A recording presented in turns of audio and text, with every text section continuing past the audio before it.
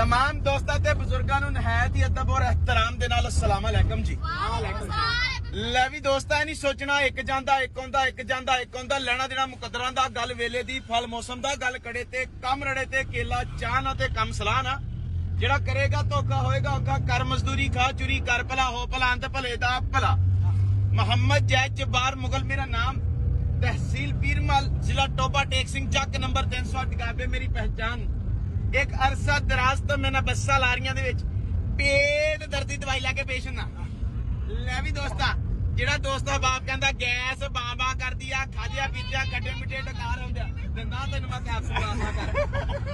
जेड़ा दोस्ता बाप कहंदा खादिया पीतिया डकार होंदे आ खादा पीता हजम नहीं हुंदा, घर अबू होरां दी गैस नहीं टुटदी, पुरानी तो पुरानी दायमी उमर मर्ज काब्ज 100 बीमारियां दी मां काब्ज ओदा इलाज मेरी दवाई नीम गर्म पानी दे नाल खा लेनी।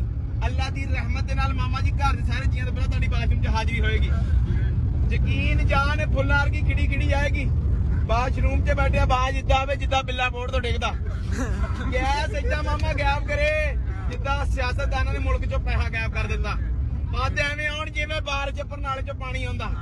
ले भी दोस्ता इहदे विच पाईआं मैं अकर करा काला लूण जीरी मीरा पासनी वेल काला लूण इत्थे भाई मैं 5 पेड़ इदां दे जम्म दे खा के इत्थे बैठा जे एक खुराक मैं भट्टी नूं दे दियां जिड्डा इहदा ढेडा सारी गड्डी दा बैठा ना हराम कर देवे कहना दोस्ता तेरी दवाई नाकाम आ।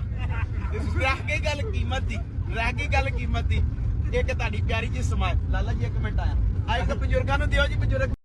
एक दोतरा अपने नाने दे कोल बैठा ते उन्हें अपने नाने नूं सवाल कीता, आख्या कि नाना जी पैसा अगे हुंदा कि भैणा भरा अगे हुंदे ने? नाने ने आख्या कि पुत्रा तेनू मैं गल सुनाना मैं फैसला तू आपे कर ले। नाने ने आख्या कि असीं 2 भरा सन, साडे दोवां भरावां दियां इकट्ठियां शादियां होईयां। मेरे भरा नूं अल्लाह ताला ने पुत्तर दिता ते मैनू अल्लाह ताला ने धी दिती। मेरा भरा उसे वक्त ही मेरे घर आ गया ते मेरे भरा ने मैनू आख्या कि आ जिहड़ी तेरे अल धी होई है ना बड़ी प्यारी है बड़ी मुकद्दरां वाली है ते मैं इहनूं अपनी नूंह बनाना है। ते मैं भी आख्या कि कोई गल नहीं, जे मेरी धी तेरी धी है ते तेरा पुत्र मेरा पुत्र होया, क्योंकि धीयां दईए ते पुत्र बनाए जांदे ने। खैर वक्त गुजर गया, मेरी धी भी जवान हो गई, वो पुत्र भी जवान हो गया। वो बाहरले मुल्क गया, चंगा पैसा कमाया, उन्हें कोठी बनाई, कार लई, सारा कुछ उन्हें अपना बना लिया। जदों वापस आया तो मैं अपने भरा दे घर गया ते मैं उन्हें आख्या कि भरावा वो जेड़ी नूंह आखी सही कि मैं अपनी बनानी है, फिर उन्होंने लाया प्यार दे के सिर ते, चलो मेरे सिरों भारा लवे। ते मेरे भरा ने मैनू आख्या कि तेरी औकात की है, अज तू किथे ते मैं किथे, मेरे पुत्र वास्ते 100 रिश्ता तुहाडे पल्ले है की? नाने ने आख्या अज तेरे कोल भी कोठी है, कार है, बंगला है, सारा कुछ है, ते पता है तू कौन है? तू मेरी उसे धी दा पुत्र है। फैसला अज तू आप कर लै पुत्रा कि पैसा अगे हुंदा कि भैणा भरा। यार असी मोबाइल 'ਚ ਇੰਨਾ ਖੁੱਬੇ ਹੁੰਦੇ ਆ। ਰਾਤੀ ਮੇਰਾ ਅੱਬਾ ਮੈਨੂੰ ਕਹਿੰਦਾ ਜਾ ਉੱਥੋਂ 100 ਦੀ ਚੀਨੀ ਲੈ ਕੇ ਆ, 900 ਬਕਾਇਆ ਲੈ। ਮੈਂ ਪੈਸੇ ਫੜੇ ਹੱਥ 'ਚ, ਮੈਂ ਮੋਬਾਈਲ ਦੇ ਧਿਆਨੇ ਲੱਗਾ, ਦੁਕਾਨ ਵਾਲੇ ਨੂੰ ਜਾ ਕੇ ਆ ਚੀਨੀ ਦੇ 100 ਦੀ 900 ਬਕਾਇਆ ਦੇ। ਉਹ ਆਂਦਾ ਪਾਇਆ ਤੇ 100 ਰੁਪਈਆ। ਉਹ ਮੈਂ ਤੈਨੂੰ 1000 ਫੜਾਇਆ। ਉਹ ਇੰਝ ਹੀ ਕਰਦੇ ਅਸੀਂ ਲੜ ਪਏ, ਲੜਾਈ ਵੱਧ ਗਈ, ਰੌਲਾ ਪੈ ਗਿਆ ਮਹੱਲੇ 'ਚ। ਅੱਬੇ ਮੇਰੇ ਨੂੰ ਪਤਾ ਲੱਗ ਗਿਆ, ਬਾਹਰ ਆਇਆ, ਬਾਂਦਾ ਕੀ ਹੋਇਆ?